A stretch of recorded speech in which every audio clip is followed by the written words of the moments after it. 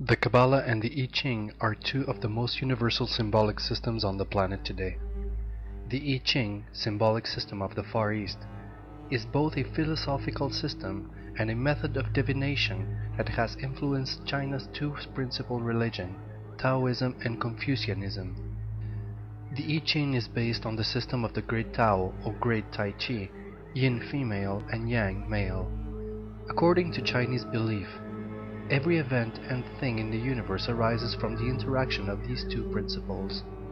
Like the Kabbalah, the I Ching is a cosmological system that contains an underlying mathematical structure.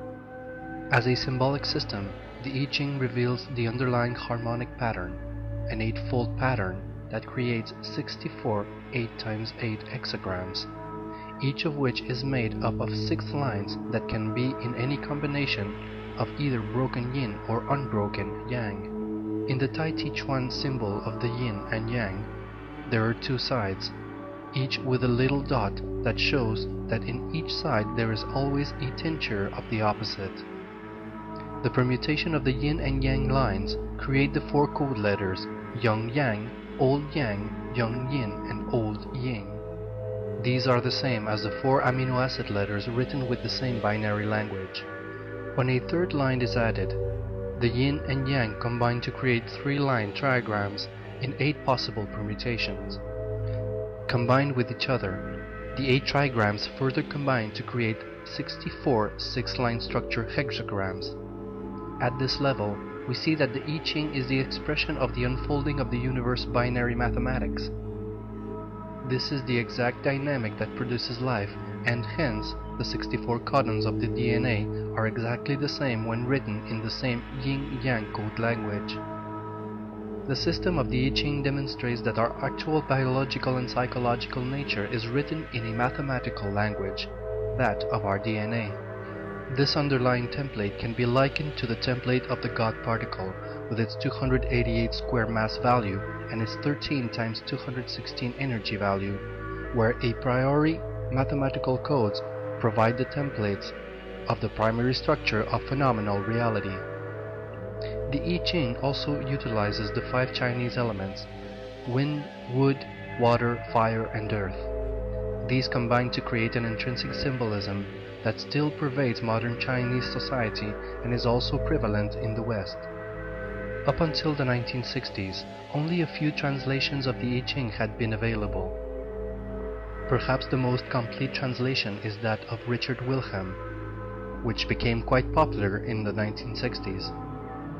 Wilhelm provided 2 general renditions of the I Ching. The first gives extended psychological interpretational meaning, and the second gives structure and meaning, as well as including the wings and appendices written primarily by Confucius. Since Wilhelm's translation and the explosion of pop occult culture after the 1960s, there have been countless other translations. Carl Jung provided a foreword to the Wilhelm Baines edition, which gives it a further sense of authority. It is clear that Wilhelm had a broad cultural background and keen sense of archetypal symbolism. Jung offers the following explanation of how the I Ching works. Whoever invented the I Ching was convinced that the hexagram worked out in a certain moment coincided with the latter in quality no less than in time. To him, the hexagram was the exponent of the moment in which it was cast, even more so than the hours of the clock or the divisions of the calendar could be, inasmuch as the hexagram was understood to be an indicator of the essential situation prevailing in the moment of its origin.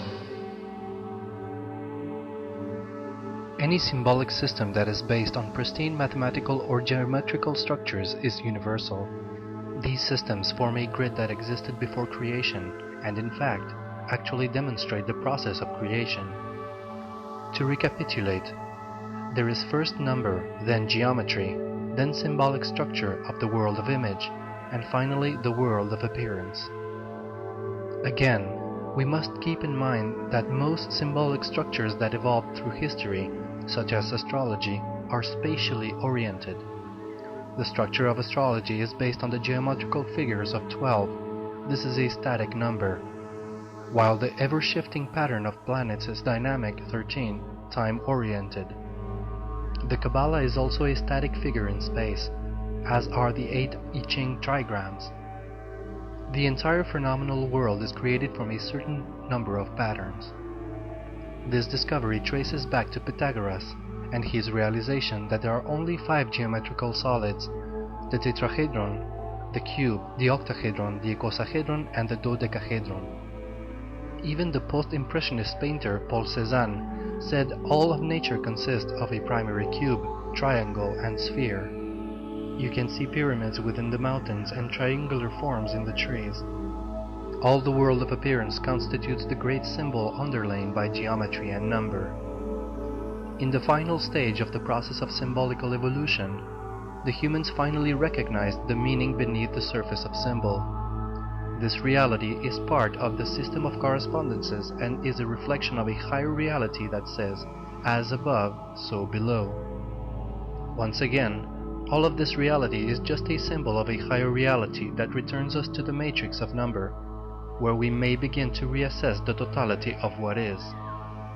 Through contemplation of symbolic structures, we can penetrate the world of veiled awareness and enter into higher planes of reality. When you introduce the law of time, it is a whole other order of symbolic structure called synchronic order. Within the matrix of cosmic history lies the great re-evaluation and reordering of all human systems of thought as manifestations of universal time and synchronic order. In the new time, successive stages of life each have an appropriate body of knowledge. These bodies of knowledge, according to the world age, are maintained in a hermetic vessel through different sets of symbolic structures. Whether these are traditional systems or not, by its purpose and method, cosmic history places them in a larger context of the synchronic order. In this way, meaning is renewed and symbolic value is expanded into a whole system of cosmic order that reaches into the infinite harmony of universal unification.